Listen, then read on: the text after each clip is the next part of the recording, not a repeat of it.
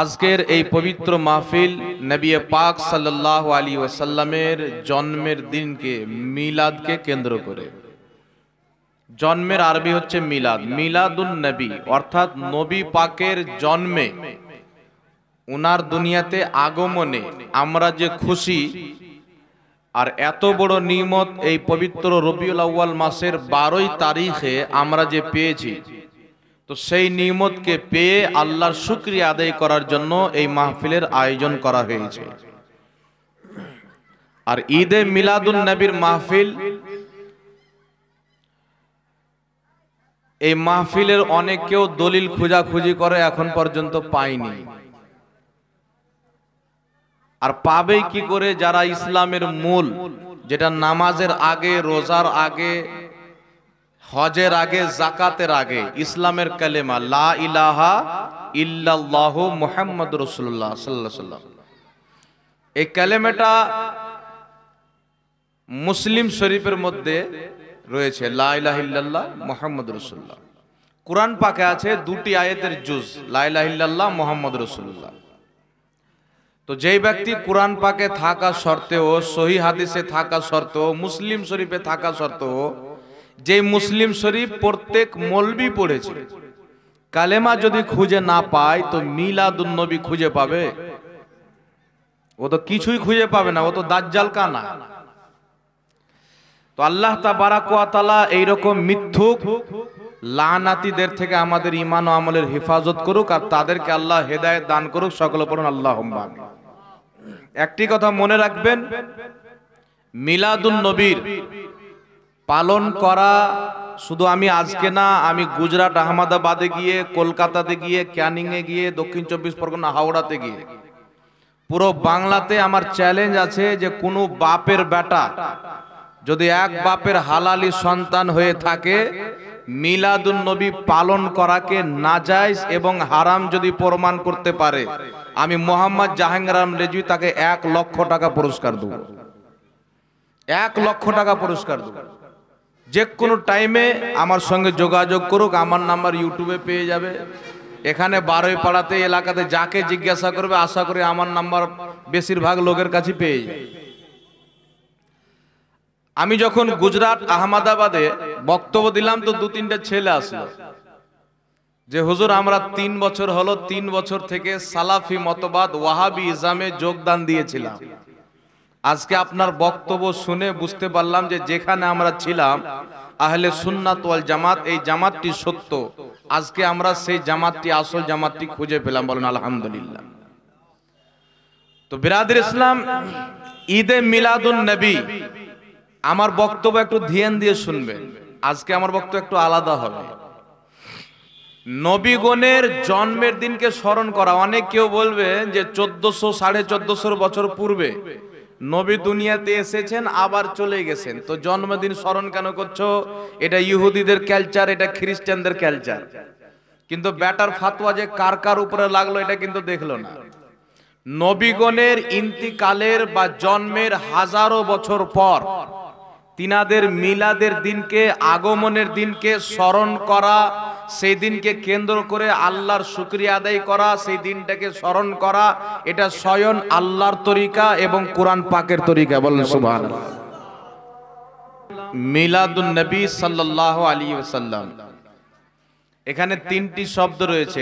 ঈদে মিলাদুন নবী, ঈদ মানে হচ্ছে খুশি, মিলাদ মানে হচ্ছে জন্ম, নবী মানে হচ্ছে নবী। নবী পাক সাল্লাল্লাহু আলাইহি সাল্লামের জন্মের আগমনের খুশি। আর দুনিয়াতে ওই ব্যক্তিকে ঈমানদার বলাই যেতে পারে না যে ব্যক্তি নবীর আগমনে খুশি না। আহলে হাদিস জামাতের রুহানি পেশওয়া নওয়াব সিদ্দিক হাসান খাঁ গোপালী নিজের কিতাবে লিখেছেন যে নবীর জন্মের দিনে যে ব্যক্তি খুশি হয় না, আনন্দিত হয় না, ওই ঈমানদার হতেই পারে না। তো ঈদে মিলাদুন নবী এটা আজকে কোনো নতুন কওরির বানানো জিনিস না, এটা স্বয়ং রাসূলুল্লাহ নিজেই পালন করেছেন। জোরে বলেন সুবহানাল্লাহ। আর কুরআন পাকের তরিকা, নবীগণের ইন্তিকালের, ওনাদের জন্মের হাজারো বছর পর এসে ওই দিনকে স্মরণ করা, ওই দিনটাকে পালন করা স্বয়ং আমার আল্লাহর সুন্নাত। মহান রাব্বুল আলামিন পবিত্র কোরআন পাকে বলছেন সালামুন আলাইহি ইয়াউমা উলিদা, ওই দিনের প্রতি সালাম যেই দিন ইয়াহিয়ার মিলাদ হয়েছিল। জোরে বলেন না সুবহানাল্লাহ। আমার দিকে তাকান বাবজি, আমার দিকে তাকান।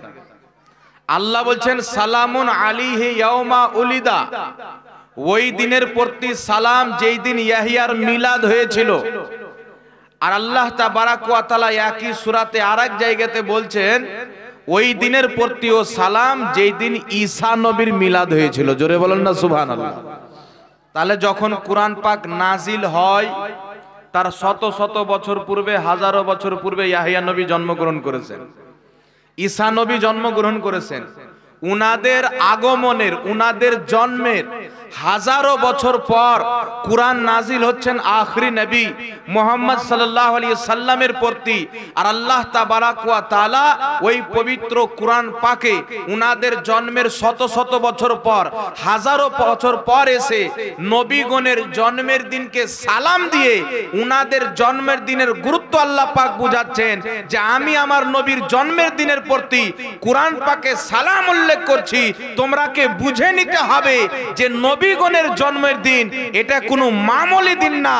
নবীরা যেই দিনে আসে ওই দিনটা হচ্ছে আল্লাহর বাছাই করা দিন। বলেন সুবহানাল্লাহ। ওই দিনটা হচ্ছে আল্লাহর বাছাই করা দিন। তো যারা বলে যে জন্মদিন পালন করা খ্রিস্টানদের চরিত্র, কেন রে ভাই? তারা ঈসা নবীর জন্মদিন পালন করে। তাহলে খ্রিস্টানরা তো মুখ দিয়ে ভাত খায়, তোমরা পাছা দিয়ে ভাত খাও। খ্রিস্টানরা তো পা দিয়ে চলে, তোমরা মাথা দিয়ে চুলো। খ্রিস্টানরা জামা পরে চলে, তুমি উলঙ্গা হয়ে চলো। ওরা গির্জা ঘরে গিয়ে পূজা করে, তুমি মসজিদে গিয়ে ইবাদত করো। তো ইবাদত করা বন্ধ করে দাও। খ্রিস্টানরা জন্মদিন পালন করে, তারা কেক কেটে পালন করে, তালি মেরে পালন করে, ভাটাকা ফুটিয়ে পালন করে, দারু পান করে পালন করে, গান বাজনা করে পালন করে, ঢোল তাসা বাজিয়ে পালন করে, মহিলাদেরকেও বিনা পর্দাতে নিয়ে সে পালন করে।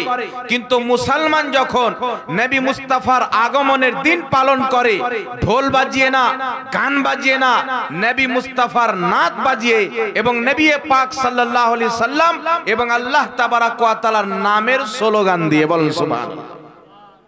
আর নাত পড়াও ইবাদত, মিছিল বের করাও ইবাদত, স্লোগান দেওয়া ইবাদত। মুসলিম শরীফের মধ্যে হাদিস, আমার আপনার নবী সাল্লাল্লাহু আলাইহি সাল্লাম হিজরত করে যখন মক্কা থেকে মদিনা যাবেন, হাদিসের শব্দ হলো ফাসাইদার রিজালু ওয়ান নিসাউ ফাওকাল বুয়ুত তাফাররাকাল গিলমান ওয়াল খুদাম ফিত তুরুক ইউনাদুনা ইয়া মুহাম্মদ ইয়া রাসূলুল্লাহ, ইয়া মুহাম্মদ ইয়া রাসূলুল্লাহ। আমার আপনার নবী মক্কা থেকে যখন মদিনা যাবেন, তো মদিনাবাসীরা, ওখানকার মুসলমানেরা, মহিলারা ছাদের উপরে চলে গেলেন এবং যুবকরা এবং ওই সময়কার মানুষরা, গোলামরা সব রাস্তায় মিছিল বের করলো। আর সবার জবানে ছিল ইয়া মুহাম্মদ ইয়া রাসূলুল্লাহর স্লোগান, তারা মিছিল বের করে দিয়েছিল। জোরে বলেন সুবহানাল্লাহ। তারপরে হাদিসের শব্দ মুসলিম শরীফের মধ্যে আছেন, ছোট ছোট বাচ্চারা নাত পাঠ করতেছিল, তালা আল বাদরু আলাইনা মিন সানিয়াতিল ওয়াদাই ওয়াজাবা শুকরু আলাইনা মাদা লিল্লাহি দাই। তো মিছিল বের করে আল্লাহ আল্লাহ রাসূলের, আল্লাহ ওয়ালাদের নামের স্লোগান দেওয়া এবং নাত পাঠ করা, এটা স্বয়ং মদিনার সাহাবীদের সুন্নাত। জোরে বলেন সুবহানাল্লাহ। তো যেই কাজটা সাহাবী করেছেন এবং আমাদের নবী যেই কাজকে সমর্থন করেছেন, ওই কাজটি কোনোদিন নাজায়েজ হতে পারে না, বিদআত হতে পারে না। ওই কাজটি হচ্ছে সুন্নাতে সাহাবা এবং নবী পাকেরও সুন্নাত প্রমাণিত। জোরে বলেন সুবহানাল্লাহ।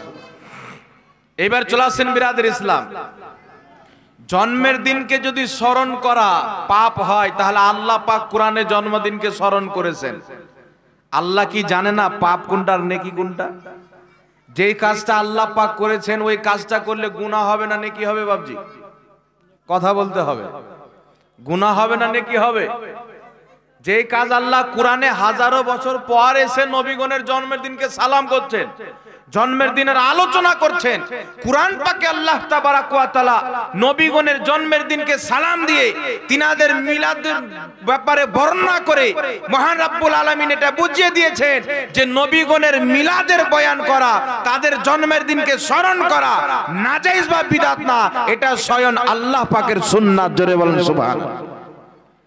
আর একবার চলে আসেন বিরাদর ইসলাম, যাক কোরআন পাক আছেন, হাদিস শরীফের মধ্যে এসেছেন রাসূল পাক সাল্লাল্লাহু আলাইহি ওয়াসাল্লাম নিজের জন্মের দিন প্রত্যেক সপ্তাহ পালন করতেন। মুসলিম শরীফের মধ্যে হাদিস, জিজ্ঞাসা করা হলো হুজুর আপনি প্রত্যেক সোমবারে রোজা কেন রাখেন? রাসূল পাক সাল্লাল্লাহু আলাইহি ওয়াসাল্লাম বললেন ফিহি ওয়ালিদতু, এই দিন আমি জন্মগ্রহণ করেছিলাম, তার কারণে আমার জন্মের দিন আমি যে জন্মগ্রহণ করেছি শুকরিয়া আদায় করার জন্য আমি রোজা রাখি। জোরে বলেন সুবহানাল্লাহ। তো নবী পাক প্রত্যেক সপ্তাহ জন্মের দিন পালন করেছেন রোজা রেখে, তাহলে বোঝা গেল জন্মের দিন পালন করা জায়েজ না, নবীর সুন্নাত। এখন প্রশ্ন হলো যে নবী পাক জন্মের দিন পালন করেছিলেন রোজা রেখে, আপনারা পালন করছেন মিছিল করে, আপনারা পালন করছেন খাওয়া দাওয়ার ব্যবস্থা করে। তো একটি কথা মনে রাখবেন, নবী পাক সাল্লাল্লাহু আলাইহি ওয়াসাল্লাম সোমবারে রোজা রেখেছিলেন, আপনি সোমবারে রোজা রেখে পালন করেন, কোনো মসলা নাই, আরো ভালো কাজ, কোনো সমস্যা নাই। মিছিল করে সেই দিনকে পালন করা, এই মিছিল করাও হাদিস থেকে প্রমাণিত, মুসলিম শরীফের হাদিস। খাওয়া দাওয়ার ব্যবস্থা করা, তো খাওয়া দাওয়ার ব্যবস্থা করাটাও হচ্ছে একটি ইবাদতের কাজ। বুখারী শরীফের মধ্যে হাদিস, প্রথম খণ্ড কিতাবুল ঈমান হাদিস নাম্বার 12, নবী পাককে জিজ্ঞাসা করা হলো ইয়া রাসূলুল্লাহি আইয়ুল ইসলামে খায়রান, ইয়া রাসূলুল্লাহ ইসলামের উত্তম আমল কি? নবী পাক বলেছিলেন তুতঈমুত তাআম ওয়া তাকরাউস সালাম, ইসলামের উত্তম আমল হলো মানুষকে খাওয়া দাওয়া করা এবং মানুষকে সালাম করা। জোরে বলুন সুবহানাল্লাহ। আর নবী পাক সাল্লাল্লাহু আলাইহি সাল্লামের আগমনের দিনে খাওয়া দাওয়ার ব্যবস্থা করাকে অসংখ্য ইমামগণ সওয়াবের কাজ লিখেছেন। যেমন ইমাম জালালউদ্দিন সুয়ুতী রাহমাতুল্লাহ আলাইহি, যাকে সবাই মানে, ইমাম জালালউদ্দিন সুয়ুতী রাহমাতুল্লাহ আলাইহি সাহাবাগণের পর তাবেঈনগণের পর যদি ইমামগণের লিস্ট বানানো হয়, বিজ্ঞ আলিমদের লিস্ট বানানো হয়, তো 20 জন আলিমের মধ্যে একজন নাম আসবে ইমাম জালালউদ্দিন সুয়ুতীর। জোরে বলেন সুবহানাল্লাহ। জগৎ বিখ্যাত ইমাম, নবম শতাব্দীর মুজাদ্দিদ, কমবেশ 500 কিতাবের রাইটার, যিনি হাদিসের কিতাব লিখেছেন, হাদিসের শুরুহাতের কিতাব লিখেছেন, সিরাতের কিতাব লিখেছেন, ফতোয়ার কিতাব লিখেছেন, ইমাম জালালউদ্দিন সুয়ুতী রাহমাতুল্লাহ আলাইহি আল হাবিলিল ফাতাওয়া প্রথম খণ্ড 230 পৃষ্ঠা, বেইরুত লেবাননের ছাপ, সেই 230 পৃষ্ঠার মধ্যে বলছেন নবী পাক সাল্লাল্লাহু আলাইহি সাল্লামের মিলাদের দিনে মুসলমান আনন্দিত হয়ে মানুষকে একত্রিত করে মাহফিলের ব্যবস্থা করা, খাওয়া দাওয়ার ব্যবস্থা করা, এটা কোনোদিন নাজায়েজ হতে পারে না। ইমাম জালালউদ্দিন সুয়ুতী বলছেন এটা জায়েজ কাজ, বরং সওয়াবের কাজ। জোরে বলেন সুবহানাল্লাহ। তো ইমামগণ বলছেন সওয়াবের কাজ, আর ইমাম জালালউদ্দিন সুয়ুতী থাক, যারা বর্তমানে গলা ফেড়ে ফেড়ে এলান করে মিলাদুন নবী পালন করা বিদআত, মিলাদুন নবী পালন করা বিদআত, তাজেরি রুহানি বাপ ইবনে তাহমিয়া, আহলে হাদিস জামাতের ইমাম ইবনে তাহমিয়া নিজের কিতাব ইক্তেদাউল সিরাতে মুস্তাকিম দ্বিতীয় খণ্ড 165 পৃষ্ঠা, বেইরুত লেবাননের ছাপ, সেই কিতাবের মধ্যে 165 পৃষ্ঠার দ্বিতীয় খণ্ড ইক্তেদাউল সিরাতে মুস্তাকিমের মধ্যে লিখছেন যারা নবী পাক সাল্লাল্লাহু আলাইহি সাল্লামের বেলাদতের দিনে, জন্মের দিনে আনন্দিত হয়ে সেই দিনটাকে পালন করে নেক কাজের মাধ্যমে, তাদের জন্য আল্লাহর দরবারে প্রচুর সওয়াব রয়েছে। জোরে বলেন সুবহানাল্লাহ। তো তোমাদের আব্বা বলছে সওয়াব রয়েছে, আর তোমরা বলছো যে গুনাহ আছে, তো তোমাদের আব্বা ভুল না তোমরা ভুল, দুটো ফয়সালা করে দাও। আর যদি বিদআত হয় তাহলে যে জায়েজ বললো, সওয়াব বললো ইবনে তাহমিয়া সাহেব বিদআতি, তো বিদআতিকে যারা ইমাম মানে তারা সুন্নতি হবে না বিদআতি হবে? বলে ইমাম জালালউদ্দিন সুয়ুতী আল হাবিলিল ফাতাওয়ার মধ্যে বলেছেন মিলাদুন নবী পালন করা যায়। ইবনে তাহমিয়া সাহেব ইক্তেদাউল সিরাতে মুস্তাকিম দ্বিতীয় খণ্ড 165 পৃষ্ঠার মধ্যে বলেছেন মিলাদুন নবী পালন করা যায়। ইমাম জাওজি রাহমাতুল্লাহ আলাইহি বলেছেন মিলাদুন নবী পালন করা যায়। ইবনে কাইয়্যিম বলেছেন মিলাদুন নবী পালন করা যায়। ইমাম ইবনে কাসির রাহমাতুল্লাহ আলাইহি আল বিদায়া ওয়ান নিহায়ার মধ্যে মিলাদুন নবীর আলোচনা করে বুঝিয়ে দিয়েছেন মিলাদুন নবী পালন করা শুধু জায়েজ নয়, এটা সওয়াবের কাজ এবং মুসলমানদের কর্তব্য। কারণ মুহাম্মদ রাসূলুল্লাহ তো রাহমাতুল লিল আলামিন হয়ে এসেছেন, কিন্তু তিনি হাকিকতে রহমত হচ্ছে যারা তার কলমা পাঠ করেছেন তাদের জন্য তিনি একটি খাস নিয়ামত। জোরে বলেন সুবহানাল্লাহ। একটি খাস নিয়ামত, একটি খাস রহমত। যতগণ ইমাম মিলাদুন নবীকে জায়েজ বলেছেন কিয়ামত পর্যন্ত কোন মোল্লা তাদেরকে বিদাতি বলতে পারবে না। ইবনে তাহমিয়াকে বাপের বেটা থাকলে বিদাতি বলে দেখা, 1 লক্ষ টাকা পুরস্কার আমি দেব।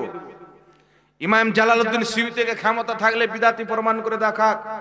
আর ইমাম জালালউদ্দিন সুয়ুতী রাহমাতুল্লাহ আলাইহি শাইখুল ইসলাম ইমাম ইবনে হাজার আসকালানী রাহমাতুল্লাহ আলাইহির ব্যাপারে উল্লেখ করেছেন যে মিলাদুন নবীর দলিল ইমাম ইবনে হাজার আসকালানী শাইখুল ইসলাম রাহমাতুল্লাহ আলাইহি যিনি অনেক কিতাব লিখে উম্মতকে উপহার দিয়েছেন, তিনি মিলাদুন নবীর দলিল কোরআন সুন্নাহ থেকে বের করেছেন। জোরে বলেন সুবহানাল্লাহ। আর আজকে যে আপনারা মিলাদুন নবীর মাহফিল করেছেন এটা নাজায়েজ না, এটা হচ্ছে সুন্নাতে মুস্তাফা। মাজমাউ জাওয়াইদের মধ্যে ইমাম হাইসামি হাদিস নিয়েছেন, মায়েশা সিদ্দিকা বলেন নবী পাক সাল্লাল্লাহু আলাইহি সাল্লাম এবং আবু বকর সিদ্দিক রাদিয়াল্লাহু তাআলা আনহু আমার হুজরাতে উপস্থিত ছিলেন। উপস্থিত হয়ে কি করছিলেন? মিলাদুহুমা ইনদি, তারা দুইজনে নিজ নিজ মিলাদ পালন করেছে। জোরে বলেন সুবহানাল্লাহ। তো নবী পাকের মিলাদ পালন করা, মিলাদের মাহফিল করা এটা সুন্নাত, নবী পাকের সুন্নাত।